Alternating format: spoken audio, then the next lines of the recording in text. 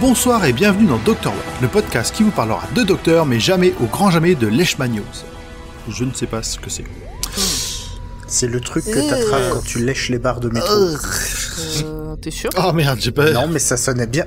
Mais en attendant... Voilà, l'effet est là. L'effet est là. Mais la leishmaniose, c'est pas la maladie d'éthique? Peut-être. C'est la maladie de Lyme, je la vais pas maladie voir, hein. Moi je d'éthique. choisis juste... Bah oui, il me semblait aussi. Oui, tu as raison. Oh, j'ai perdu mon téléphone portable. Je vais être obligé d'être concentré pendant tout Non, l'épisode. bah en même temps c'est toi qui vas parler Super. pendant quasiment tout l'épisode. Oh pardon, je spoil la suite. Ah oui, Alors, ça va. je vous propose pour commencer cet épisode, déjà un petit moment de recueillement. 1 minute de silence. On arrive au bout. Silence. Silence. C'est la fin de tes Bon, dingues. bref, La on n'y arrivera musique pas. de fond. On se retrouve enfin pour parler de la fin. De la fin, et de la fin, et je crois que j'en ai dit assez, de cette saison. Et on n'est toujours pas sponsorisé par Non. Plantafin. Mais si. Et donc, vous avez commencé à les entendre autour de ce Tardis virtuel, parce que là on est autour, on se recueille devant, hein, bien entendu.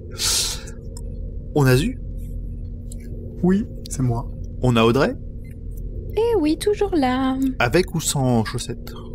Alors, Chaussette est occupée ailleurs, donc normalement, pas de chaussettes ce soir. Très bien. On a Nimp, Salut, bonsoir. et on a Pomme. Hello. Est-ce que vous êtes prêts à enfin terminer? On arrive au bout, là. Vous vous rendez compte ou pas? Parce que ça fait quand même un moment qu'on Enfin. subit un petit peu ce qui se passe avant. On est à presque 30% de notre podcast. Bah, Oh putain. Oh la réalisation, là. alors... Ça c'est variable parce qu'on espère Bah quand oui. même qu'il y a des épisodes de Doctor Who qui vont sortir entre maintenant et voilà. Et ensuite... Et puis de toute façon, on fera les classiques. Alors là, je sais pas si je Et, resterai. et ensuite, là, on a quand même atteint un moment, tu sais, où la régénération, enfin la fin de Tennant a duré tellement longtemps qu'on est presque en mode non bah Oui, c'est bah, bon. mais limite, Allez, reste. limite, tu te demandes, bon bah en Allez. fait, je sais pas si à l'époque ils avaient déjà annoncé le suivant, mais limite tu te dis, ça fait tellement longtemps qu'ils nous cassent les bonbons avec, ils vont le Non garder. mais voilà, on est comme lui, on n'y croit plus. Qui va partir? Non, au moment où cet épisode sort, on sait déjà qui est le suivant, on sait déjà qui s'arrête. Moi, ça fait partie des trucs que j'ai trouvé un peu nuls par rapport... Bah, après, bon, c'est comme ça que ça fonctionne maintenant, mais t'as pas de suspense sur le fait que... Alors, là, t'as un suspense sur le fait que ça dure 5 épisodes. Mais...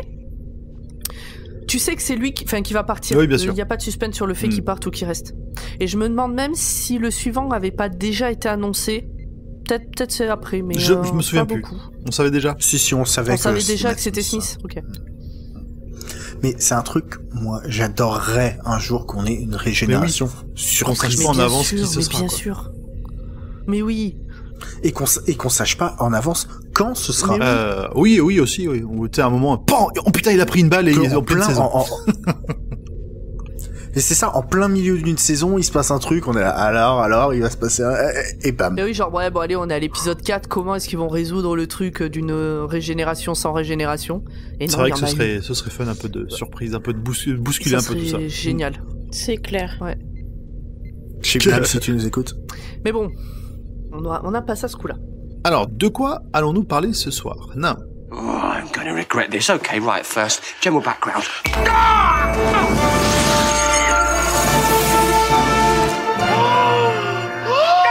Alors, nous allons parler de l'épisode The End of Time, Part 2. Ou, en français, la prophétie de Noël, deuxième partie. C'est cohérent. C'est cohérent avec la première partie. L'épisode est sorti le 1er janvier 2010 de l'autre côté de la Manche et le 25 décembre 2010 de notre côté de la Manche. Il a été réalisé par Euros Lane et scénarisé par Russell T. Davies. Ça tombe bien, c'était les mêmes dans la première partie. L'horreur quand même d'attendre 1 an pour ces 2 épisodes, quoi. Enfin, au final, pour... Bah non. 25 décembre 2009 non, mais entre la, et 1er non, mais entre janvier la 2010. sortie... entre la Bah, sortie... c'est pas la même année, ça fait un an. Hein. Ça fait 1 an. Dans la chronologie de Grand Poil. Ouais, c'est ça. Non, je parlais entre Comme la les date de enfants. sortie anglaise et la date de sortie française. Oui. Bien Rattrape-toi sûr. donc. Les branches sont assez grosses. Alors, qui est le docteur dans cet épisode? Eh ben, pour la dernière fois, ça sera pas une surprise. C'était David Tennant qui joue le 10e docteur. Incroyable. Personne ne s'y attendait. Écoutez-nous pour le prochain, ça changera. Et il est accompagné par Wilfried Mott, joué par Bernard Cribbins. Encore une fois, le papy que votre papy adore. Et moi aussi. En acteur notable, nous aurons toujours Timothy Dalton. Écoutez notre précédent épisode pour savoir dans quoi on a pu le voir aussi. Fabuleux. C'est vrai, tout à fait. Ah, attends, j'ai envie de faire un jeu comme on a fait là récemment.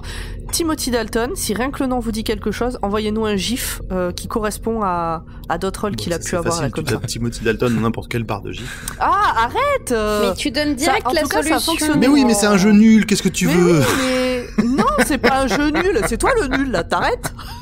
T'es juste jaloux parce que tu as pas pensé. Inondez-nous de gifs de Timothy Dalton. À ne pas confondre avec les autres frères Dalton, Oui. s'il vous plaît. Non, mais ouais, je préfère Joe. Enfin bon, il y a quand même John Sim aussi. En acteur notable dans cet épisode. Alors, il occupe quelques rôles, on va dire, dans cet épisode. C'est-à-dire les 6 milliards de rôles. Tout va bien. De quoi cet épisode va parler?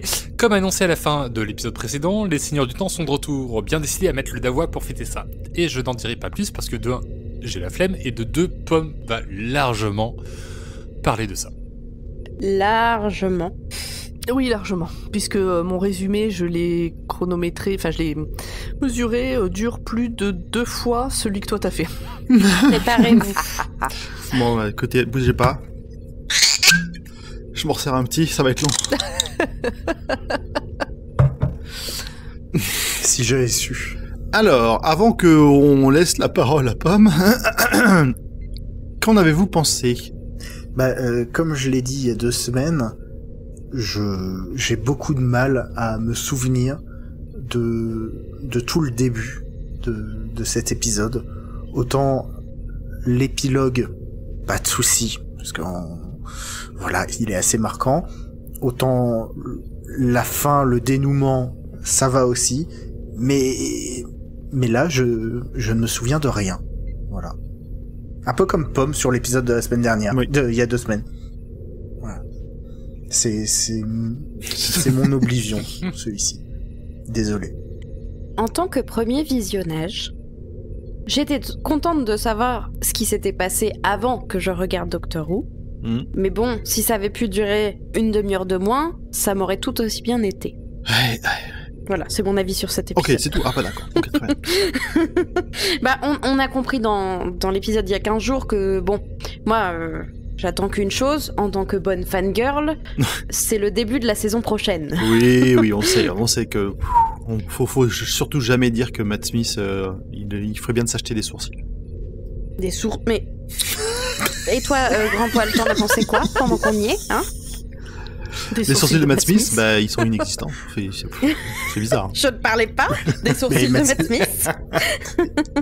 C'est pour ça qu'ils ont casté Capaldi. Ah oui, là, ils ont gagné, là. Ah, il y en a dans partout! Des chenilles poilues sur les yeux. Ils sont magnifiques, ces sourcils, là, Capaldi. Bref, non, moi,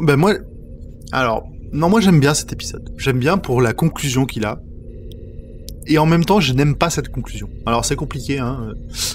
Dans la globalité, je trouve que c'est un bon épisode qui est efficace, qui est tragique, qui est triste pour le docteur, mais aussi pour le master. Vraiment, pour le master, au final, il en prend plein la gueule pour pas un rond dans celui-là. Et par contre, la fin me dérange un petit peu. Le côté, il fait quelque part ses dernières bonnes actions, c'était pas foufou. Mais à côté de ça, je trouve que c'est vraiment un bon épisode dans lequel moi j'en suis arrivé à avoir de la pitié pour le master. Vous savez quoi? Je trouve ça presque drôle qu'un quasi-breton soit en mode peut-être ben que oui, peut-être ben que non, comme les Normands. Je ne relève. Pourquoi quasi breton? Est-ce qu'on peut parler Je de... tire à balles réelles. Ne pas relever parce que sinon. Cet épisode va durer déjà longtemps. Ne parlons pas des choses qui fâchent. Bon, sinon moi, Vas-y, t'as raison. j'ai bien aimé parce que c'est une fin de saison. Après, bon, tactiquement, quand la première fois que j'ai regardé la série, c'était le dernier épisode, tout dernier que j'ai vu. Et je suis content de l'avoir revu là pour une chose que je ne suis pas allé vérifier dans les les infos en plus, un détail que j'ai découvert grâce à la série Torchwood sur Timothy Dalton, un accessoire qu'il porte. J'ai eu la flemme de regarder dans les infos en plus parce que fallait que je passe. On a dit que ça n'avait rien à voir. On l'a dit ouais, sur notre Discord. Alors si on parle bien du sujet. même accessoire, effectivement, ça y ressemble un peu, mais c'est pas du tout la même chose. Mais qu'est-ce que ça fout là, bordel? Bon, on verra. Tu nous le diras pendant l'épisode. Si avec ça. Voilà, c'est tout. Et donc, Pomme, ton avis? Moi, je suis pas aussi catégorique que sur l'épisode d'avant. Bon, c'est pas mon épisode préféré. Je lui en veux énormément pour certains points qui font que j'ai du mal, du coup, à aimer les points que j'aime. Comme tu disais, cette fin là qui dure 20 minutes, qui est écrite pour te faire pleurer, donc moi j'ai pleuré pendant 20 minutes, mais c'est écrit pour, en fait, du coup je leur en veux énormément pour cette fin. La vraie fin de l'épisode, donc juste avant ça, je l'ai trouvé génial, la conclusion, la manière dont ils ont choisi de résoudre ce truc, vraiment ça j'ai adoré. Il y a des bons passages, la musique est fabuleuse. Et de revoir l'épisode en devant mettre pause, en devant réécouter certains passages pour pouvoir prendre des notes, parce que je l'ai vu une première fois complète, et après je suis revenue dessus pour prendre des notes. J'ai pu encore plus apprécier la musique et tout. Bon, après j'en avais marre, donc et puis oh putain, alors les références Star Wars, mais oh putain, mais il y a des passages, des mises en scène complètes. C'est du Star Wars, quoi. C'est issu de Star Wars. C'est qu'on était plutôt soft sur les refs à l'épisode d'avant. D'ailleurs, je suis même pas sûr qu'on en ait fait plus de 2. Mais alors, sur celui-là, je pense que ça va cartonner. Là, on va faire exploser le compteur Star Wars. Ah ouais, et puis enfin, on peut pas faire autrement. Parfois, c'est la scène, et c'est exactement une scène vue dans Star Wars avant, quoi. Donc, il y a des très bons moments. C'est pas un mauvais épisode, mais il arrive à un moment où il y en a ras-le-bol et il faut passer à autre chose. Peut-être que s'il n'y avait pas eu les 3 d'avant, comme c'était prévu au départ, peut-être que j'aurais plus apprécié, mais ouais. Bon. Et Timothy Dalton est fabuleux dans ce rôle, par contre, dans le rôle de Rassilon, là, il est... Quand il parle, surtout quand il s'énerve, je suis tout chose. Ouais, puis il y a aussi... Et puis, Russell T. Davies, il s'est amusé à mettre des trucs il y répond pas dans cet épisode, puis après, c'est plus lui. Donc en fait, on n'aura jamais de réponse à des petits mystères qu'il place. Et ça m'énerve, mais ça m'énerve. Je sais pas si tu les as mis dans ton résumé. Ouais, ils sont dans le résumé, ouais. Très bien. Ils y sont. Eh ben, dans ce cas-là, je propose qu'on passe à toi, Pomme, et à ton résumé. This is a fixed point. This must happen. This always happens. Don't worry. Oui, alors avant de commencer mon résumé, je vous lis ce que j'ai écrit alors que je commençais à écrire donc ces petites notes il y a quelques jours. Hier en fait, avant-hier. Vous ne le savez sûrement pas, ou alors vous êtes flippant si vous le savez, mais j'ai une angoisse assez récurrente. C'est celle de la fin de l'humanité à court terme dans d'atroces souffrances. Mais grâce à Doctor Who, je sais maintenant que The End of Time sera longue et ennuyeuse. Alors que j'écris le début de ce résumé, je fais le serment d'essayer de rester objective et neutre afin de ne pas heurter les personnes qui adorent cet épisode, mais je ne vous promets rien. Mais vas-y, lâche les vannes. Générique.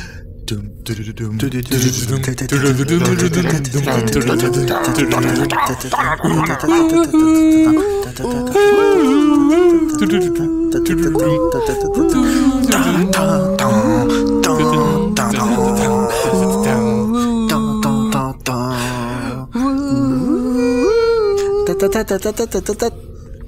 qu'on se filme. Qu'on se filme en train de chanter. Non, j'ai l'air très con, parce que je gigote. Moi aussi. Ouais, moi aussi, mais je m'en fous. Jamais de la vie. Je fais de la air musique, donc non. Mais moi aussi, c'est pour ça. L'épisode s'ouvre sur une ville où un château des seigneurs du temps, à ce moment-là l'épisode j'en savais rien, j'ai revu 3 fois ce passage. On en est à 35 secondes d'épisode et je dois déjà revenir en arrière parce que le temps d'écrire la première phrase, j'ai pas compris ce qui se disait ensuite. Donc, nous sommes sur Gallifrey et on voit l'empereur arriver dans une salle du conseil. Enfin, il se fait appeler Lord Président, mais on n'est pas dupe, c'est Palpatine. Première ref à si j'ai tout bien compris, j'essaie de les compter. Bah, tu rigoles ou quoi? Si j'ai tout bien compris, ça se passe jadis, au moment du dernier jour de la guerre du temps, juste avant que le Docteur ne détruise les Daleks et les Seigneurs du temps. Mais je suis pas sûr d'avoir bien compris. Genre il y a très longtemps, dans une galaxie très lointaine? très bien, ça fait 2. Dans le futur. Non, c'est dans très longtemps, voilà. C'est jadis, mais dans le futur. C'est jadis dans notre timeline, mais dans le futur par rapport à la loi. J'ai mal au crâne. J'ai mal au crâne aussi, Non, j'allais Il dire y en la a même une, chose. donc là, il est donc dans le conseil, et il y en a une du conseil, elle dit que bon, bah, la guerre, là, ça suffit, la souffrance et les régénérations juste pour remourir, stop. Alors Palpatine se lève et la désintègre de son gant magique et râle parce que, ouais, je veux pas mourir aujourd'hui, gna gna gna. Et alors Palpatine, en fait, c'est Rassilon, et on dirait un rageux sur Facebook. Et donc, c'est peut-être de ce gant-là dont tu voulais nous parler, Nimp? Oui, tout à fait. Donc c'est effectivement pas le gant de résurrection de Torchwood, même s'il y a une ressemblance... Ah non, mais je voulais pas dire que c'était le gant de Torchwood, mais il y a un truc quand même. Enfin, genre... Moi, je pense qu'ils avaient la je pense que, ouais, tu vois, dans le genre recyclage, il est fort probable qu'ils aient repris le même. Hein. Voilà, mais sinon, ça fait partie de la série de... Tous ces gants peuvent avoir la même origine, quoi. Ouais, mais on en sait rien. Alors, et non, on n'en d'accord. saura jamais rien. Non, si on sait. Alors si, dans Torchwood, ils ont vaguement expliqué l'origine des gants que ils avaient, mais dans ce cas-là, le gant que Rassilon a, c'est le gant que lui-même a créé. Ça fait partie, tu sais, c'est comme dans les MMORPG. Pour gagner les bonus, il faut avoir toute la panoplie. Bah, il y a la ceinture de Rassilon, la canne de Rassilon, le diadème de Rassilon, la harpe de D'accord. Rassilon, le gant de Rassilon, et puis voilà. Et là, le bonus empereur. Ah oui, et du coup, tant que t'as Lord pas, Président. tant que t'as pas le tout, ça fait un peu dégueulasse. Du coup, t'as juste un gant et pas l'autre. Ok, exactement. Et si vous voulez savoir ce que tout ça fait, vous pouvez aller écouter notre épisode 48. C'était l'épisode sur la fille du docteur où on parle de tout ça, parce qu'il y a un rapport entre les deux. Voilà. J'irai le réécouter. Donc, il y a une prophétie qui fait mention du docteur et du maître qui seront engagés dans leur lutte finale sur Terre, donc pour les sauver. Et là, Rassilon rit avec un rire de méchant, mais vraiment un rire de méchant. Quand il rit méchant, il bave toujours un petit peu, c'est très... ou il Oui, postillonne. il postillonne pas mal. Hein, puis on les voit bien, parce que sur le fond noir avec la lumière, on voit bien quand ça crachote. Hein. C'est pas très Covid. Exactement. Retour au présent. Le docteur est saucissonné comme jamais sur un fauteuil roulant. Wilfrid est saucissonné mais gentiment sur une chaise. Et le master est beaucoup trop décoloré. On en a parlé à l'épisode suivant. Pourquoi est-ce qu'ils ont fait ça ? On sait pas. On fait le tour des pays sur Zoom. Il y a bien le master à la place de tous les humains. Et comme ils sont tous lui, il a le contrôle sur absolument tout. Le master fait un petit clin d'œil à Will qui a l'air super choqué de ce clin d'œil. Et là, c'est parti pour la guerre. Will dit qu'il serait fier d'être le père du docteur, et c'est touchant.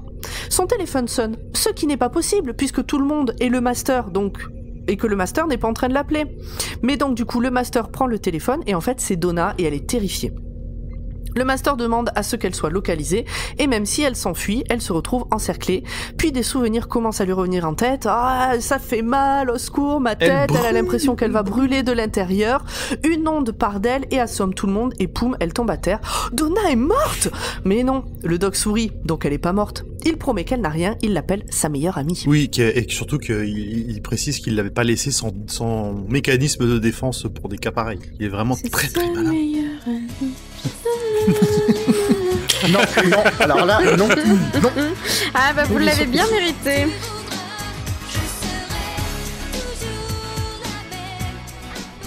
Dialogue entre le doc et le master que on a déjà entendu. On dirait une discussion entre un hippie et Martin Bouygues un peu. Où le doc d'un côté il dit ah mais tu es tellement intelligent, tu pourrais être magnifique, on pourrait se promener ensemble tous les deux. Et l'autre il dit non mais je préfère conquérir le monde, tout posséder. Bon voilà.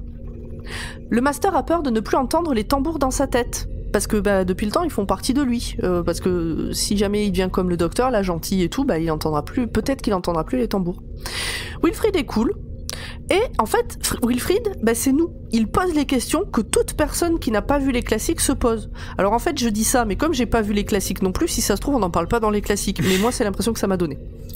Et donc ça, c'est cool. Alors quelle est cette question ? Non, mais c'est vrai, tout le long de cet épisode, il va dire « Ah ouais, mais alors ça, c'est quoi ? Mais alors là, il vous arrive quoi ? Mais alors pourquoi vous dites ça ? De quoi vous parlez ?» Et en fait, ça permet à chaque fois au docteur, ou aux personnages qui ont la réponse, d'expliquer, et donc aux spectateurs de comprendre ce qui se passe. C'est de l'exposition... Non, je vais dire un mot que je ne maîtrise pas. Non, mais parce que des fois, t'as les protagonistes qui se mettent à oui, putain, j'allais bien l'utiliser. Merde. C'est quoi ? Vas-y, dis-le. Ah ouais. Non, mais j'allais dire que c'était de l'exposition diégétique, donc c'est à l'intérieur de l'histoire, dans l'univers, qu'on nous explique le pourquoi du comment. Mais oui, parce que si le docteur se mettait à le dire comme ça, comme des fois ça arrive, c'est bizarre, tu vois, tu dis... Mais il y a des, bon, voilà. il y a des séries, des films qui font ça, Ouais. et c'est dégueulasse. Et donc, Wilfried demande de quel bruit il parle, puisque le master il dit, est-ce que j'entendrai encore les bruits dans ma tête ? Et donc, en fait, quand les seigneurs du temps sont enfants, ils passent par un rituel, et comme souvent dans ce genre de tradition, c'est traumatisant.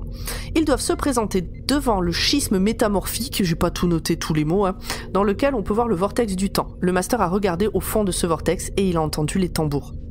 Alors que le docteur, lui, il dit que c'est douloureux, je crois qu'il s'enfuit d'ailleurs, le docteur. Oui, c'est ce qu'il disait dans la fin de la saison 3, quand il raconte la même histoire à Jack et à Martha. Ouais. Retour sur le conseil des Time Lords sur Gallifrey pour plus d'explications.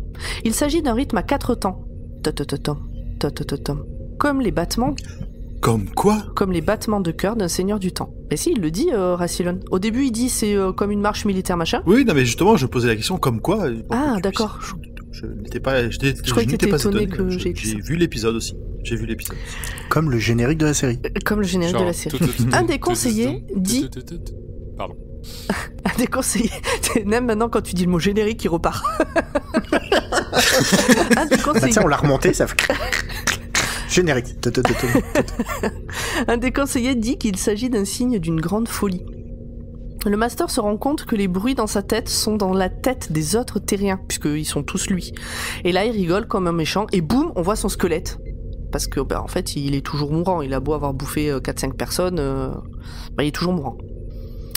Le master a un eureka. La prophétie, qui dit que quelque chose arrive, parle de lui. C'est lui qui arrive. Et bim, il donne une tarte au docteur gratos. Le master menace de tuer Wilfried si le doc ne dit pas où est le TARDIS, mais aucun problème. Le garde est en fait un des scientifiques à tête de cactus. Alors le garde qui est censé tuer Wilfried. C'est en fait un des scientifiques à tête de cactus dont on a parlé à l'épisode précédent. C'est ça, et le docteur précise au master que même en étant le plus intelligent du monde, il arrive toujours pas à ouvrir les yeux, parce que le mec fait genre 5 cm alors de plus. Que tout le monde est censé être lui, donc tout le monde est censé être de la même taille. Donc lui et son acolyte, la scientifique à tête de cactus, libèrent Will et le doc, et hop, on s'en va en courant. Les autres masters se rendent compte qu'il fuit et partent à sa poursuite. Le docteur.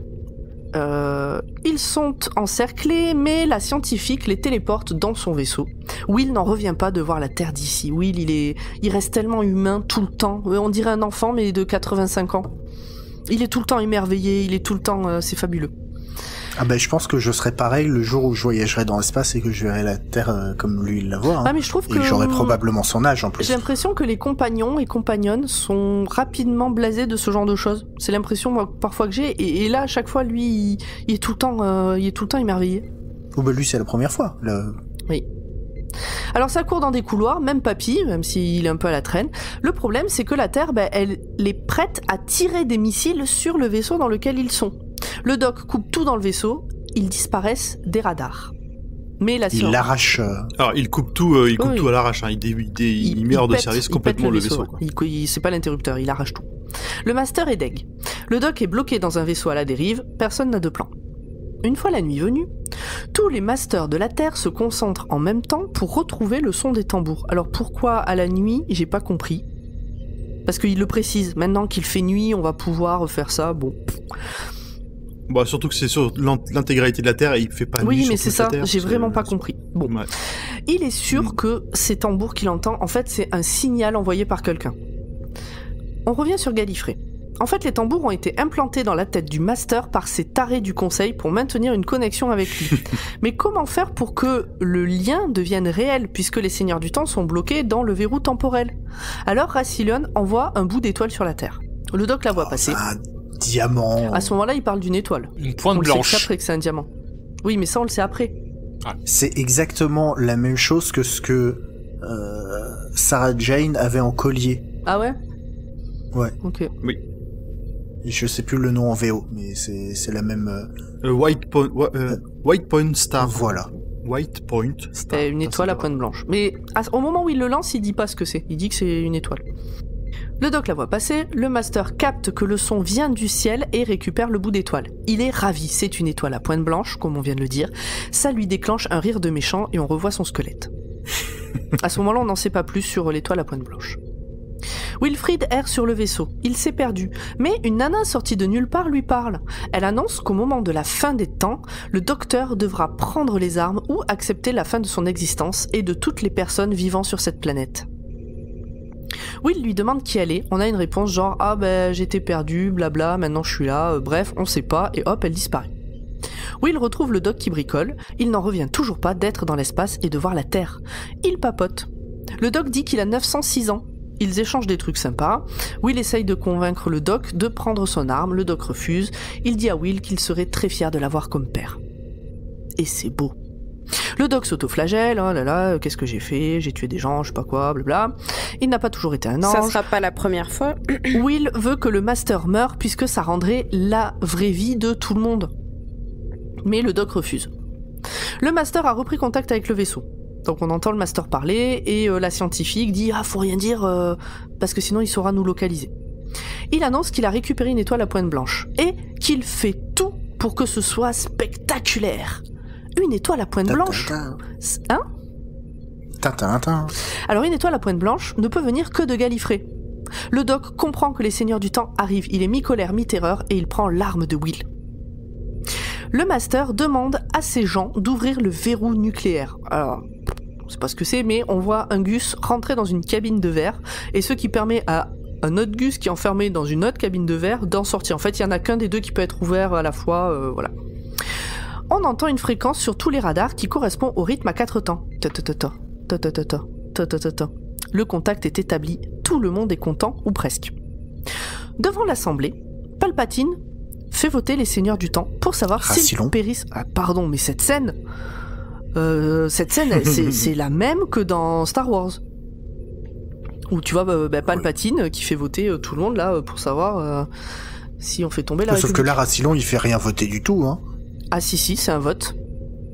C'est un vote, et justement, alors, il fait voter les seigneurs du temps pour savoir, en gros, s'ils périssent aujourd'hui, s'ils restent enfermés dans le verrou, ou s'ils suivent le signal pour reprendre leur vie.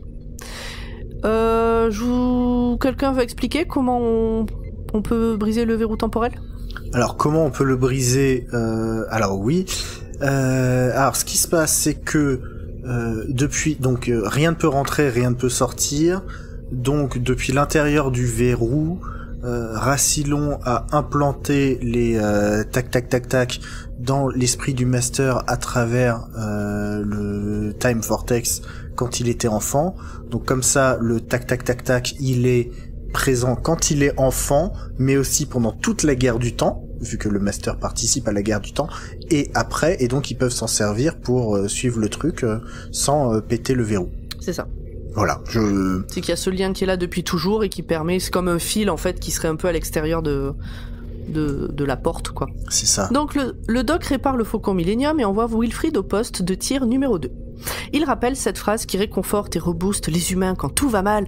Allons-y! C'est vrai. Le master essaye de les dégommer à coups de missile, mais Will et le scientifique arrivent à s'en débarrasser. Ok, là ça fait vraiment Star Wars. Et attends, il y a le pilotage du docteur quand même aussi. Oui, qui fait... Ouais, le docteur, j'ai l'impression que lui, tout ce qu'il fait, c'est avancer. Il s'en fout d'essayer d'éviter les missiles, c'est pas son job. Mais là, pour le coup, c'est vraiment la pure référence à Star Wars, la première fois que Luke monte dans le Faucon Millenium et rentre dans les tourelles. Oui. Trop bien. Le machin qui marchait plus, qui tout d'un coup remarche et devient une machine de guerre alors que c'était une épave, bon... Mais ça, c'est le docteur qui l'avait mis en épave, c'est normal que ce soit le docteur qui mais c'est le Faucon Millenium. Oui, tout à fait. Sur Gallifrey, tout le monde a voté pour la survie de l'espèce, sauf 2 personnes qui devront rester à genoux, tête dans les mains, comme les anges pleureurs du temps jadis. C'est dit comme ça. Je crois qu'ils officialisent pas cette version comme quoi, tu vois, ce serait genre des Time Lords punis. Non, ils disent comme... Non, il dit mot pour mot, comme les anges pleureurs du temps jadis. Oui, comme, mais tu vois, à ce moment-là, ça aurait pu être une explication, un petit truc qui lance en mode... Mais en fait, les anges pleureurs, peut-être que ce sont des Time Lords. C'est marrant, je crois que c'est dans les infos en plus, mais... Ouais, mais... Oui, c'est dans les infos en plus, mais du coup... Du coup, non. Oui, excusez-moi de réfléchir par moi-même de temps en temps. mais... Alors, Moi, je... Les gens, quoi Ouais. les gens ont des théories cheloues. Hein. Pardon. Oui, Audrey. C'est une vraie théorie? Oui, mais elle est pétée Ah oui, par oui, rapport à cette phrase-là. Enfin, il y a une peur que phrase vraie mot théorie. pour mot Ok, qui dit non. comme les anges pleureurs du temps jadis, mais c'est une vraie théorie de fan de dire qu'en fait ce sont les premiers anges pleureurs. Ok. Bah, ok. Alors peut-être parce que avec le temps machin, en fait, peut-être qu'ils ont été renvoyés dans le temps et qu'en fait ça donnait. Mais là, ça devient trop compliqué. Il faut réécrire toute une partie de l'histoire. C'est plus une théorie. C'est une fanfic au bout d'un moment. Oui, tout à fait. Bon bref, le Lord Président est au taquet. Le Master est ultra heureux de revoir les siens. Le vaisseau du Doc fonce sur le maroilles. Sur le maroilles. Sur le maroilles. Est-ce que tu as mangé suffisamment ce soir? Oui, mais c'était il y a longtemps, c'était à 18h. Le vaisseau du Doc fonce sur le manoir, donc là où il y a le Master. La scientifique demande à plusieurs reprises si le Doc va pouvoir arrêter le vaisseau à temps, mais il ne répond pas et accélère. Will aimerait savoir s'il va mourir maintenant. Il dit « Je vous en empêcherai pas, hein, mais juste je veux savoir. » Et je crois que c'est genre la première d'une série de moments où il va dire non mais si je crève maintenant je crève, hein, j'ai vécu longtemps mais Ouais, dis-le moi quoi. Juste, j'aimerais savoir. Et aussi il dit non mais il a dit que de toute façon il allait mourir et là la scientifique a dit quoi? Donc au dernier moment le Doc évite le manoir parce que jusqu'au bout on se dit bah il va foncer dedans. Donc il évite le manoir, il saute du vaisseau pour s'écraser très lourdement sur le sol du manoir. Alors il va mourir, il le sait, je suppose qu'il a plus rien à perdre. Là Ouais mais là pour le coup quand même vu entre la vitesse, la hauteur, tu te dis putain c'est solide un Time Lord. Hein. il aurait dû commencer à se régénérer à ce moment-là. Ouais, non, clairement. Mais bon, il est juste un peu assommé. Donc Rassilon aussi est dans le manoir et dans le je vais y arriver. Dans le là, j'allais maroilles dire- toujours, non, il est dans là, la j'allais dire autre panade. chose. Rassilon aussi est dans le manoir. Mm. Will oblige la scientifique à se poser pour aller aider le Doc. Est-ce Le qu'il a un mas- chandelier dans la main? Le Master explique tranquillement au président que maintenant qu'il s'est implanté dans tous les humains, il va s'implanter dans tous les seigneurs du temps. À partir de ce moment-là, le Master est complètement pété dans toutes ses tactiques, parce que un coup il dit au Lord Président non mais je vais devenir vous tous là. Après il dit non mais attendez, en fait non, mais je vais pouvoir aller avec vous. Après il va dire au docteur non mais je suis de ton côté. Après il va dire au Lord Président non mais en fait c'est de votre côté que je suis. On sent qu'il essaie de bouffer à tous les râteliers quand même. Il est un peu perdu. En fait, il essaie de se sauver Ah, parce c'est que le chaque fois Master. qu'il demande un truc, Ouais. c'est contrecarré immédiatement quasiment par soit les Time Lords, soit par le docteur. Donc avec son gant magique, le président rend son apparence et sa vie à tous les humains. Merci président. Puis fait revenir Gallifrey juste à côté de la Terre. Alors, attention, Est-ce que merci c'est- président quand Est-ce même. que c'est ton président à toi du coup? Parce que lui, ça avait l'air d'être son projet, mais nous, bon. Et donc, c'est Gallifrey qui revient, et là le Doc il est fou furieux. Enfin en gros il dit. Attends, Gallifrey il revient dit quand même de au manière Master- impressionnante. Hein. Je veux dire, Ah oui bah elle Elle apparaît, elle rentre occupe dans la. une bonne partie du ciel. Hein. Gallifrey revient, Gallifrey revient. Gallifrey. Et je crois que c'est là, et je crois que je l'ai pas noté, que le docteur dit au Master mais putain mais t'es trop con, c'est pas toi la prophétie, c'est Gallifrey. Donc, comme tous les humains sont revenus normalement, enfin sont redevenus eux-mêmes, on fait un petit focus sur la mère de Donna et le fiancé de Donna qui la cherche partout, puisque elle, on se rappelle, elle s'est écroulée inconsciente au milieu d'une rue. La mère de Donna fait une prière au docteur. Quand elle sort de sa maison et qu'elle voit Gallifrey dans le ciel, elle se joint les mains et elle dit « Docteur, s'il vous plaît, aidez-nous », c'est une vraie prière à un dieu. Alors qu'elle l'aimait pas, je crois, au départ, comme toutes les mamans. Ah non, elle a jamais supporté. Une fois Comme Will toutes les déposé, mamans. donc une fois Will déposé, la scientifique veut se barrer. Et l'autre il dit on va peut-être pouvoir les aider. Et bon elle est très terre à terre. Le Doc a dit qu'il allait mourir, aucun intérêt à se sacrifier pour lui. Il se barre, on les reverra plus. Vraiment ces deux personnages sont des outils dans ces deux épisodes. Voilà. Oui, un prétexte. Je le disais il y a 2 semaines. Ouais, exactement. Dans le manoir, c'est la panique. Les humains se barrent, Will arrive, il fait sortir le scientifique de la cabine de verre dont j'ai parlé tout à l'heure. Vous savez, il y en a un qui sort, il y en a un qui rentre, qui est paniqué, qui dit je veux pas mourir là. Donc il dit attends, je vais te libérer. Il rentre dans la cabine, il appuie sur le bouton, ça ferme sa porte à lui, ça ouvre la porte de l'autre, il se barre. Bon ben Will il est bloqué du coup parce qu'il faudrait que Bah oui, mais quelqu'un. en plus il le fait de manière inconsciente, enfin complètement Spontané, consciente. Hein, il sait que ça va le bloquer à l'intérieur. Non, il sait pas que ça va le bloquer. Si, Non, je pense non, qu'ils il l'ont. sait Il me pas. semble qu'ils l'ont expliqué avant. Il sait que. Je crois qu'il sait. Ils hein. l'ont expliqué la semaine dernière. Ah ben, Enfin, on l'a expliqué la semaine dernière. Enfin, on Pour en a moi, parlé, ça a été expliqué la semaine d'avant et d'accord. Will était là. Donc Voilà. pour moi, enfin, c'est encore dans le sens du sacrifice, mais c'est encore mieux dans le sens où il sait ce qu'il fait. D'accord, ok. Moi j'ai l'impression qu'il y va en mode... Il réfléchit pas assez vite. Là, enfin, un bouton. Pas trop loin, quoi. Bon. Le doc Audrey, experte en petit papy... Adore Audrey. Je sais pas trop, je dirais qu'il le sait. Bon, d'accord. Merci. Le doc essaye d'expliquer qu'en faisant sauter le verrou temporel, le Master a délivré Gallifrey, mais aussi toutes les horreurs de la guerre du temps que la guerre du temps a engendré, et que je ne vais pas lister à cet endroit-là. Il en liste un paquet dont on n'a jamais entendu parler, en tout cas dans les New. Ouais. Mais il y en a un bon paquet. Et puis ça fait partie de ces moments dans Doctor Who où ça parle de trucs que tu peux essayer d'imaginer, mais t'as pas besoin d'avoir de précision. C'est là juste pour te faire rêver. Le Master essaie de faire genre que c'est ok pour lui, que ce soit l'enfer, parce qu'il dit en gros le doc dit on a l'enfer au-dessus de la tête. Donc le Master essaie de faire genre que c'est ok pour lui, mais le doc lui dit qu'il ne se rend vraiment pas compte de quoi il parle, parce qu'il était pas là à la fin de la guerre du temps, et que de toute façon même les seigneurs du temps ne survivront pas à ce qui vient d'être relâché. Donc c'est complètement con et contre-productif. Le président fait un discours à mi-chemin entre la secte religieuse et le fascisme. Le Master est chaud patate. Il va y avoir une ascension, les élus, l'élite, je sais pas quoi. Bah oui, ils vont se transformer en pur esprit. Ouais. Le doc vise le président avec l'arme de Will. Là, il se relève, clac, il vise le président. Ensuite, il vise le Master. Ensuite, il revise le président, et tout ce moment, c'est enrobé des paroles d'un coup du président, d'un coup du Master, qui l'encourage à plutôt tuer l'autre. Et là, petite musique du docteur qu'on aime tant pour accompagner la scène qui me donne envie de mettre des coups de pied dans ma télé. Je vous explique. Attendez, je vais chercher du pop. Donc on a la petite musique. Vous savez, voilà. Derrière Asylon, à genoux, il y a les deux Time Lords qui ont voté contre la suppression du verrou temporel. Ceux qui ont leur visage dans leurs mains pour montrer leur honte pour toute la vie, tout ça. L'une d'elles, il y a a priori un homme et une femme. L'une d'elles se découvre le visage. On reconnaît que c'est la nana qui a parlé 2 ou 3 fois à Will. Elle regarde le docteur la regarde, elle pleure, il est bouleversé. Elle regarde un truc derrière lui. Le doc vise le Master, il va tirer, la musique nous le dit. Are you my mommy? Ouais, c'est ça, alors... ouais. Non, mais attendez, laissez-moi finir, parce qu'après je vais m'énerver, vous inquiétez pas. Okay. Donc il va tirer, la musique nous le dit, c'est sûr, on comprend. Mais il dit au Master de se pousser et tire sur la machine qui permet de maintenir la connexion entre du coup le Master et Gallifrey. On entend l'oracle crier « Gallifrey s'effondre !» Parce qu'on en a pas parlé, mais il y a une oracle, une espèce de petite vieille qui écrit des trucs en disant des petits mots de temps en temps. Le Lord Président dit au Doc qu'ils vont mourir ensemble. Le Doc dit qu'il le sait. Le Lord Président charge son gant magique et là le Master débarque, demande au Doc de se pousser et tire des éclairs contre le Président dans une scène déjà vue quasi à l'identique dans Le Retour du Jedi.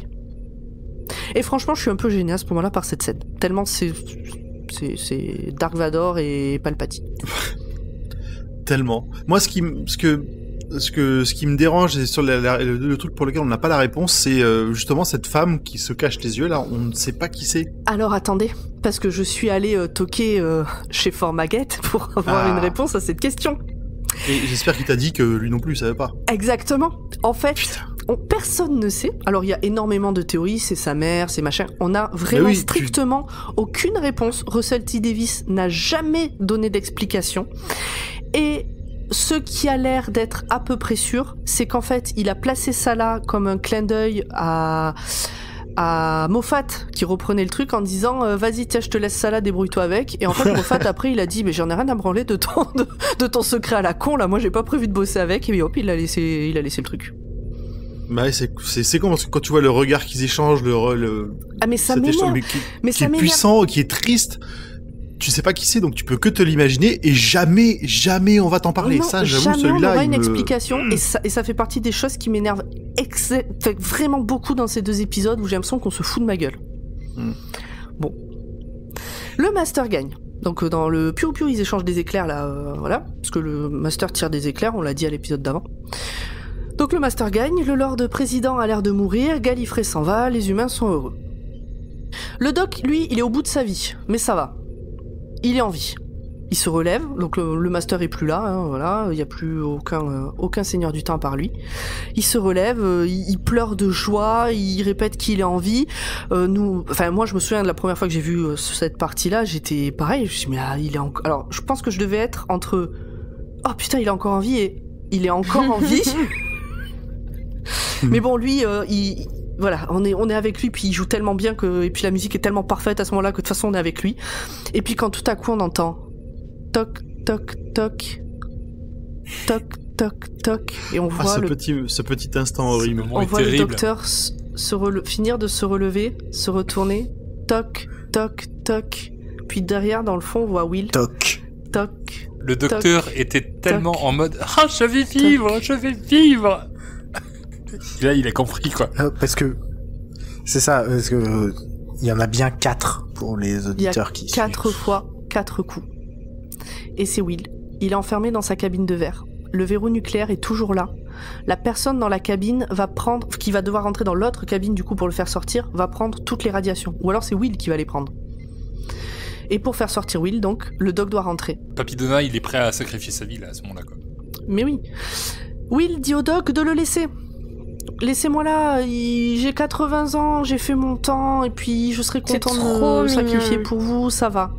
Le doc essaye de se convaincre que Will n'a aucune importance alors que lui a de l'importance. Et franchement à ce moment-là, je déteste le doc, parce que c'est vraiment pas sympa pour Will de le dire à voix haute comme ça. Alors bon, s'il le disait dans sa tête, ce serait ridicule d'un point de vue série. Mais tu sens que c'est quand même le moment où il est vraiment vraiment dégoûté de ce qui lui arrive. Je pense qu'il en veut pas vraiment à Will, mais c'est... Pas du tout, mais n'empêche, il dit à voix haute, oui, je vais vous laisser là, après tout, vous n'êtes rien, et puis moi je pourrais faire encore tellement de choses, machin, et moi je me dis... Comme un Roland de Time Lord de Victorious. Ouais, et moi à ce moment-là, j'aime pas le docteur, parce que Will, s'il meurt, il meurt. Le docteur, s'il meurt, il se régénère, alors ça sera pas exactement le même, mais bon, il a une nouvelle vie, quoi. Bon, faut un peu arrêter les ouin-ouin. Puis c'est pas sa première non plus, hein.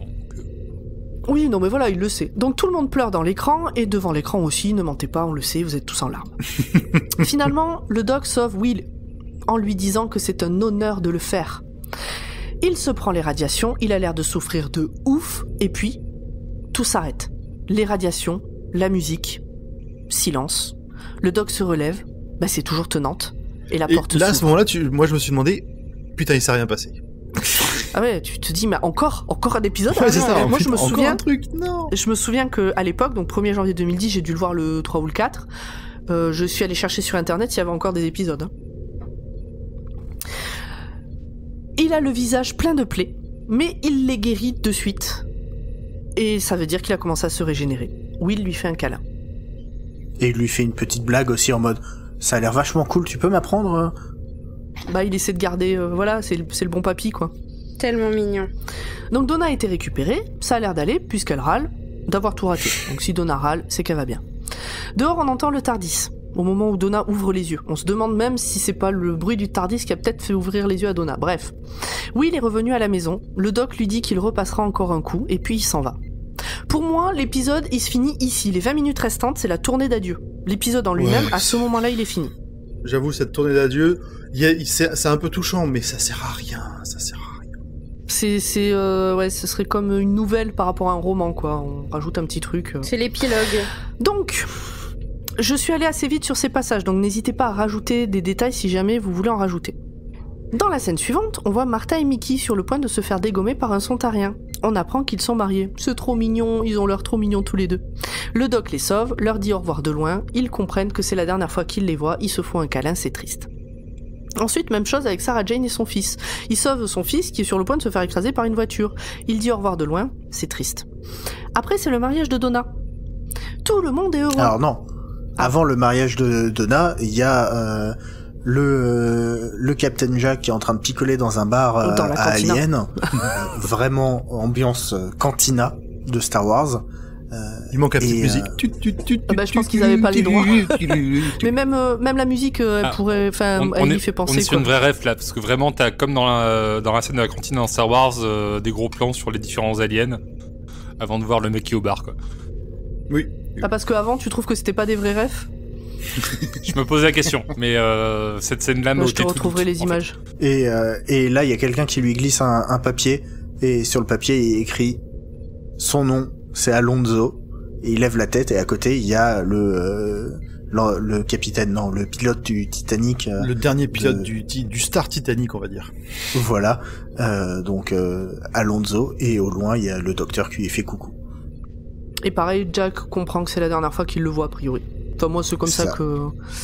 Et donc, effectivement, je me disais, bah, le gars s'appelle Alonso, il n'y a aucune vanne sur allons-y Alonso, machin, et donc, effectivement, vous avez entendu mon illumination dans l'épisode précédent, je comprends qui est cette personne. Mais en plus, je me disais, mais c'est marrant, cet acteur, il me dit quelque chose.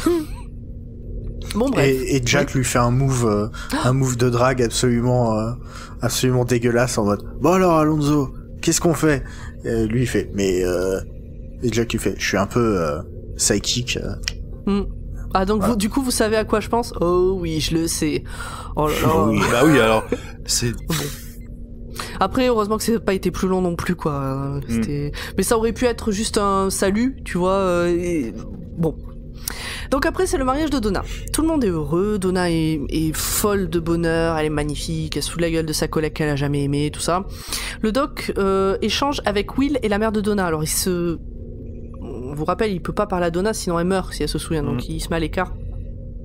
Ils se disent adieu, il offre un ticket de loterie gagnant à Donna pour son mariage, il s'en va, c'est triste. Et à ce moment-là, il parle du père de Donna, et je n'ai pas compris pourquoi il parle de ce monsieur à ce moment-là. Alors, en gros, il dit que il a jamais d'argent sur lui et qu'il a été emprunté. Il a dit, comme j'ai jamais d'argent, je me suis arrêté quelque part et j'ai emprunté un billet de 5 balles à un gars qui passait par là. Il s'appelait, le nom inséré ici, le nom du père de Donna, et donc ça fait ça fait chaud au cœur à tout le monde que, en fait, voilà, père de Donna a donné un cadeau malgré lui à Donna pour son mariage, en fait. C'est un peu ça. Exactement. Ok, d'accord, je comprends mieux, parce que vraiment... Ah mais oui, mais putain, mais oui, il a emprunté des livres. C'est ça, il a emprunté une livre... Je me dis, mais qu'est-ce que c'est ces histoires de bouquins, tu vois? Des pounds. Je viens de comprendre. Mais non, mais vraiment, je comprenais pas ce que les bouquins... Mais quel bouquin? Il donne un petit papier, un billet de loterie, c'est quoi cette affaire, quoi? Ah oui, effectivement, il te manquait des petits morceaux, quoi. Mais vraiment, je comprenais pas, et puis j'en avais marre, donc j'avais pas envie de comprendre, tu vois. Et puis je sentais bien que c'était pas grave. Ils ont traduit ça par j'ai été emprunter des livres. Ouais, ou j'ai peut-être ou un livre ou une livre, mais je l'ai mal. Il dit le mot livre. Ils ont dû quand même ils ont dû dire une livre. Ils ont dit vraiment une livre. Alors. Vraiment. Oui. Alors qu'ils auraient dit de l'argent, tu vois, ça, bref. Bon. Non mais une livre, tu ne pas avec un livre. Bah si. Bon, bref. Ah, une lettre. Ben moi oui. Si tu fais pas attention, quand tu fais pas attention. Moi j'ai confondu. Voilà, je m'en excuse platement. Donc évidemment. Donc voilà le petit point papa de Donna. Voilà, évidemment, la dernière, c'est pour Rose. Juste avant leur rencontre, il la retrouve au 1er janvier, dans la nuit du 31 décembre au 1er janvier 2005. Donc ils se sont rencontrés courant 2005. Ils échangent quelques mots, lui il est dans l'ombre, elle le prend pour un fêtard qui a trop bu. C'est le réveillon, quoi. Il se souhaite une excellente année, d'ailleurs le docteur lui dit vous allez passer une année... Il va se passer des choses cette année, machin, voilà. Et ça y est. Oui, parce que là il commence tu sens que les radiations commencent à... Il n'arrive plus à retenir, ouais. Le doc laisse aller, parce que moi j'avais l'impression qu'il la retenait, donc là j'ai marqué qu'il laisse aller sa régénération, en tout cas elle se fait, là ça y est. Il souffre, ça se voit. Il voit un Wood qui lui parle de sa chanson, c'est triste. Le doc rentre dans son TARDIS, c'est triste. La musique est triste. Il dit « Je ne veux pas partir », c'est triste. Et pouf, il change et voilà Matt Smith plein d'énergie, de folie, en route pour la saison 5, enfin. Tada, c'est là. Plus jamais on verra Rose et Tennant. Non, plus jamais. Plus jamais. Bref. Ah, et moi je me souviens, la première fois que j'ai vu ce docteur, que j'ai vu ce changement de la personne avec qui je regardais la série à l'époque, jadis, il y a bien longtemps, où on s'est regardé, on s'est dit « Oh putain, il a l'air complètement con, lui, ça va être génial. » Voilà. Bah, ça commençait un peu pareil avec Tennant par rapport à avec Leston avant. Hein. Les changements à chaque fois, ils sont un peu extrêmes. Ils ont toujours l'air un peu plus tarés, je trouve, que le précédent. Pas forcément plus tarés, mais vraiment différent du précédent. Je te rejoindrai là-dessus. Parce que après Matt Smith, l'autre... Taré, t'es pas le bon mot. Bah, c'est surtout, il y en a un qui vient de mourir et l'autre qui vient de naître. Donc t'as aussi cette différence d'énergie. Oui, voilà, c'est ça. Par exemple, moi, c'est le dernier changement de docteur que j'ai vu. Avant celui de Capaldi pour 13, que j'ai trouvé superbe, enfin c'est un de mes préférés quoi. Celui-là, c'est avec celui d'Eccleston, ils sont dans les moins bons quoi. Ceux qui me font le moins d'effet. Quoi. Ah bon? Adoré ce. Ah, moi, il me fait un effet aussi. ouf. Après, j'ai un truc avec Matt Smith, c'est que si je le regarde comme ça, je le trouve pas très beau, et en même temps, il me fait un effet de malade, quoi. Je sais pas l'expliquer. Mais la musique de cette régénération, rien que Pomme qui nous raconte ça, j'entends donc cette composition qui s'appelle Vallée d'Etchem de Murray Gold, je l'entends là dans ma tête. Ça y est, j'ai la chair de poule, les larmes qui montent, c'est très très dur. C'est toujours beaucoup d'émotions. Ouais. Mais, et du coup, ce docteur complètement con, moi franchement là, ça y est, il me tarde, et de me dire qu'on va se taper les 2 dernières saisons de Torchwood avant d'attaquer la saison 5, ça me flingue. On dirait que vous en avez fait. Mais elles sont très bien ces 2 saisons. C'est terrible, ah là là. J'attends que ça depuis la première fois que je suis venue, et non. On fait repousser le plaisir. Vous voulez peut-être dire un mot sur les premiers pas de Matt Smith? Ils sont parfaits, en tout point. Alors, attendez. Mais non, mais une fois régénéré, il se touche le visage, bon ça ils le font tous, puis il touche ses cheveux, il a les cheveux un peu plus longs que tenante, il dit oh, je suis une fille, puis il se touche la gorge, il sent sa pomme d'Adam, il dit non, je suis pas une fille, il regarde ses cheveux, je suis toujours pas roux. Et voilà, bon, puis là, mais je suis, mais qu'est-ce que c'est, mais je suis en train de m'écraser. Et là il rigole et il reprend en main le TARDIS. J'ai trop hâte. Voilà, c'est rigolo. Ah non mais jusqu'à présent vous m'avez juste entendu grogner. Il y a encore 2 épisodes où vous allez m'entendre grogner. Et normalement, à partir de cette saison, vous allez juste m'entendre fangirler. Voilà. C'est moi qui grogne à partir de... Non, ça promet. On va se battre pour le mariage. Ah je l'ai déjà réservé. Donc ça va aller vite. Bon, on enchaîne la suite. Ok, écoutez, on est enfin arrivé au bout de cette route qui était un peu longue et tortueuse, hein, frère, on va pas se mentir. Oh là là, ouais. Et alors, je tenais juste à rajouter que, de mon côté, la première fois que je l'ai vu, comme pour chaque régénération, à chaque régénération, je me dis, oh non, je veux pas changer d'acteur. C'est normal, c'est parce que t'es trop attaché à Tennant. Ça me l'a fait à chaque. Le changement, mais ça me l'a fait quand Matt Smith se régénérera, alors que celui d'après, j'en suis venu à vraiment beaucoup l'apprécier. Ça me l'a fait de la même façon pour Jodie derrière, vraiment, à chaque fois. C'est un au revoir, quoi. Je suis... C'est normal. T'es un petit peu triste parce que... Puis t'es habitué t'as vécu plein de choses avec un docteur et c'est comme une... Enfin, mais on peut pas dire que c'est une série qui s'arrête parce que ça reste une continuité de ses aventures et tout ça. Mais... ils font tellement bien leur taf quand ils changent d'acteur pour jouer le docteur et quand il y a une régénération, parce que ça change vraiment tout, rien que sa personnalité, etc., ses compagnons, patati patata, que c'est vraiment un au revoir qui peut faire un peu mal, quoi, quand t'es très attaché à un personnage qui est bien écrit. C'est là toute leur force aussi, je pense. Et alors tous les rageux sont concentrés généralement au moment de ces changements, évidemment. On est passé de Capaldi à Jodie Whittaker. J'avais Jodie Foster en tête. Oui, moi aussi, c'est pour ça que j'ai dit juste Jodie tout à l'heure, parce que j'étais plus sûr de son nom de famille. Jodie Whittaker. Mais là, ça a ragé x8, mais sinon... bon. Moi, je sais que c'est pas le plus populaire, mais j'aimais beaucoup Eccleston. Oui, moi aussi, j'aime beaucoup Eccleston. Mais j'ai l'impression que je suis plus touchée par les changements de compagnons et compagnonnes que par les changements du docteur. Parce que là, tu changes vraiment de personnage, alors que le docteur, tu changes entre guillemets que l'acteur. Ils ont quand même des petites différences de caractère et tout, mais globalement, c'est le même personnage. Puis, généralement, les changements de compagnons, les compagnons, ils ont pris cher pour pouvoir sortir de la série, donc ils ont aussi souffert. C'est pour ça aussi, je pense que ça finit quelque part par toucher un peu plus. T'as toujours le fait que les compagnons, ils sont plus proches de toi parce qu'ils sont vraiment humains. Donc ça t'a beaucoup touché quand Rose a changé pour Martha? Non. L'enfoiré. Mais même quand Donna est... La fin de Donna... Pour moi, pour l'instant, la fin de Donna, c'est la pire. Elle est terrible. Ouais. Bon. Donna est terrible. Du coup, pas la fin quelque part. Mais pour moi, jusqu'à présent, la fin de Donna, c'est la pire. Passion tristesse, Doctor Who, c'est... Voilà. Bien. Bon, Eh ben écoutez, si on a fait le tour, on va pouvoir passer aux détails qu'on a probablement ratés. C'est la première fois que vous voyez l'épisode, mais pas nous. No, hang on, shut up, wait. I missed it. I saw it and I missed it. What did I see? I saw. What did I see? I saw. Le saviez-vous? Wink wink. Joshua Nesmith mentionne que la porte a été trouvée par Torchwood au pied du mont Snowdown. Dans Doomsday, Yvonne Hartman avait déclaré que les pinces antigravitationnelles, vous vous souvenez, celles auxquelles le docteur et Rose sont accrochés avant que... voilà, on le sait bien. Et bah ces pinces, elles viennent apparemment du même endroit. On peut donc supposer qu'elles étaient aussi d'origine Vinovici ou Vinon... Mais non, oh, je ne sais pas le prononcer. Vinovici, c'est le nom d'un caviste à Lille. Voilà, une référence pour d'y aller. Je voulais donc dire vin Voki. D'ailleurs, dans l'épisode de Sarah Jane Smith's Adventure, qui s'appelle Death of the Doctor, Sarah Jane, Joe Grant et le 11e Docteur se rendent dans une base de UNIT dans le mont Snowdon. Joe Grant, donc Sarah Jane, on sait qui c'est, mais Joe Grant qui est une autre compagnonne classique du Docteur. Donc voilà.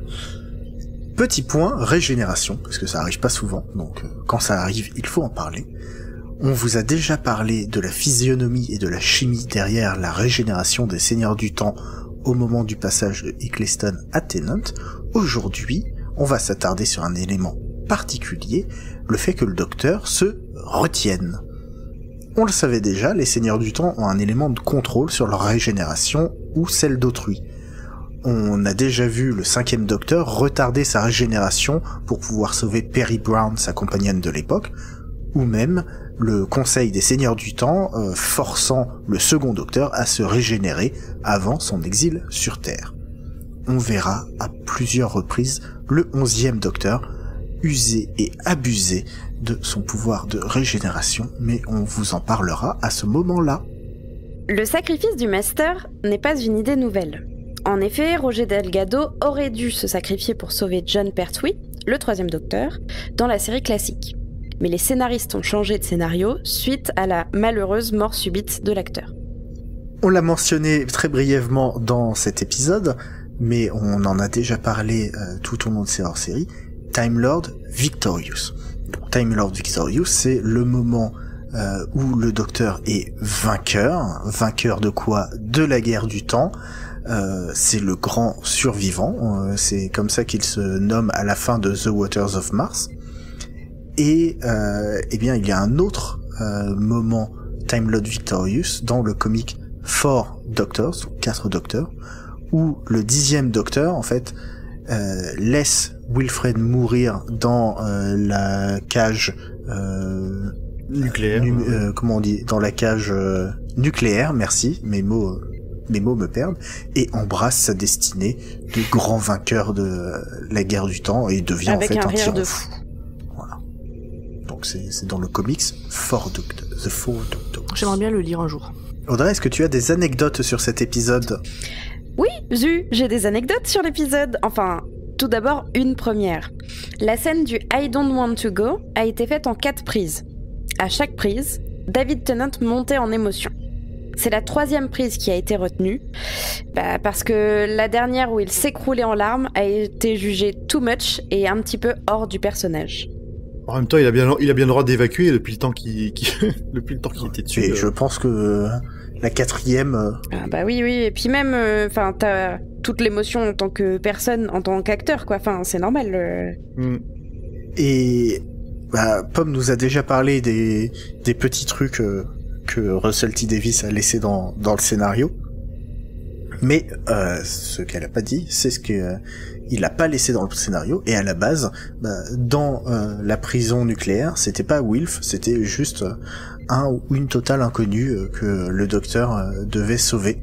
Mais finalement, il a décidé de préciser ça vers Wilfred. En gros, il avait le rôle de Wilf au moment où il sauve le technicien qui était enfermé dedans, quoi.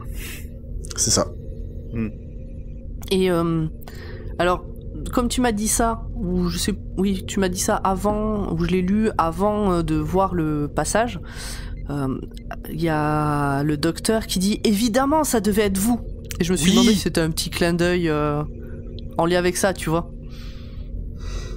Il y a Il y a un peu ça, et puis c'est le moment où alors, on redérive un petit peu, et ça tombe bien parce que j'avais écrit un truc que dans mes notes que j'ai oublié de dire, c'est que c'est le moment où le docteur pète un câble, le docteur est totalement en colère, c'est la phase colère du deuil, hein, un peu en avance, et dans cet épisode-là, c'est l'un des deux moments où toute l'escalade de ces 5 épisodes spéciaux est intéressante. Parce que on en a déjà parlé au moment de Time Lord Victorious, le docteur, il est monté il a ses chevilles qu'on grossit, puis il a pété un câble, et ce qui lui a permis de redescendre. Si il n'était pas redescendu en pression avec The Waters of Mars, il serait arrivé à ce moment-là en mode je suis un beau gosse, je suis le meilleur des meilleurs, rien ne peut m'arrêter, et évidemment qu'à ce moment-là il sacrifie Wilf.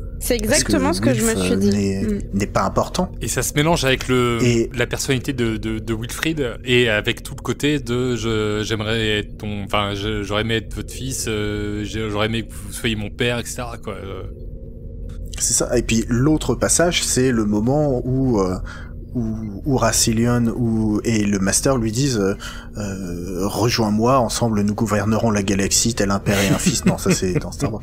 Mais voilà. Et à ce moment-là, le Docteur aussi, s'il avait pas eu ce passage dans The Waters of Mars qui le fait redescendre sur Terre, aurait été sur sa lancée en mode bah oui, évidemment que la meilleure chose qui puisse arriver à la galaxie, c'est que je devienne un tyran et que je la dirige d'une main de maître. Donc voilà, c'est un peu cette désescalade, ou en tout cas ce manque de dilemme vis-à-vis de tout ça que je trouve dommage qu'on n'ait pas vu dans cet épisode. Ok. Voilà, c'était les points que j'avais écrits que je voulais préciser, vu qu'on en a parlé pendant les 4 d'avant, pendant les autres histoires, et donc je voulais finir là-dessus. Et ben voilà, il n'y a plus d'infos. Et ben c'est fini. Alors, il reste une info qui n'a rien à voir avec Dr. Watt, qui va rentrer, on va dire, dans la partie prometoi Zu. Oui, alors, en ce moment, depuis le début de l'été, vous pouvez écouter notre nouvelle fiction qui s'appelle Pépite, qui est une fiction qui raconte l'histoire d'une wannabe influenceuse vous faisant découvrir les meilleurs plans de la capitale. Et aujourd'hui, donc nous sommes début août au moment où cet épisode sort. La semaine dernière, vous avez pu entendre Grand Poil, Audrey et Nimp dans l'épisode qui est sorti. Tout à fait. Et voilà. Et si je ne m'abuse, la semaine prochaine, vous pourrez entendre Pomme dans un rôle de composition ou pas? Merveilleux. Oui, beaucoup de sel dans ce rôle, beaucoup de sel. Au moment où on enregistre cet épisode-là que vous êtes en train d'écouter, on n'a pas encore enregistré l'épisode que vous allez écouter la semaine prochaine. Moi non plus, je suis pas au courant. De fiction. Il me tarde. Ouais, je pense que les rôles de Grand Poil, d'Audrey et Nimp vous rappelleront peut-être des éléments de Doctor Who. Donc voilà. Foncez écouter ça, et puis n'hésitez pas à nous dire si ça vous plaît. Voilà. C'est une fiction que vous pouvez retrouver sur Podcut Fiction, car Dr. Watt et Podcut Fiction font partie du label Podcut. Vous pouvez... oui, t'as vu. Vous pouvez nous soutenir en nous laissant des commentaires sur tous les flux de podcasts du label. Il y en a 24. Et si vous avez un tout petit peu de pépette... Alors, si vous avez... n'allez pas, par exemple, écouter La Confiture et mettre « Ah, Dr. Watt, c'est génial ». Enfin, vous pouvez, mais ça les fera rigoler, mais c'est dommage. Dites. D'ailleurs, ils ont fait un très bon épisode de Dr. Watt, donc. La Confiture que vous avez pu écouter dans Dr. What the Fuck. Absolument. Exact. Mais voilà. Et si vous avez un peu d'argent, vous pouvez vous diriger sur patreon.com/podcut pour nous aider. À ce sujet, Patreon a mis en place le don annuel. Et quand vous faites, si jamais par exemple vous vouliez donner 1 euro par mois, si vous donnez en une fois, il y a une réduction, je crois que ça correspond à 10,50 €, quelque chose comme ça. Bref, donnez-nous des sous, ça nous permet de produire des fictions, de produire plus de podcasts, et en ces temps de réouverture, on l'espère, d'essayer... De plus que les terrasses. Bientôt. De plus que les terrasses, d'essayer d'organiser des événements pour se retrouver et se voir en vrai.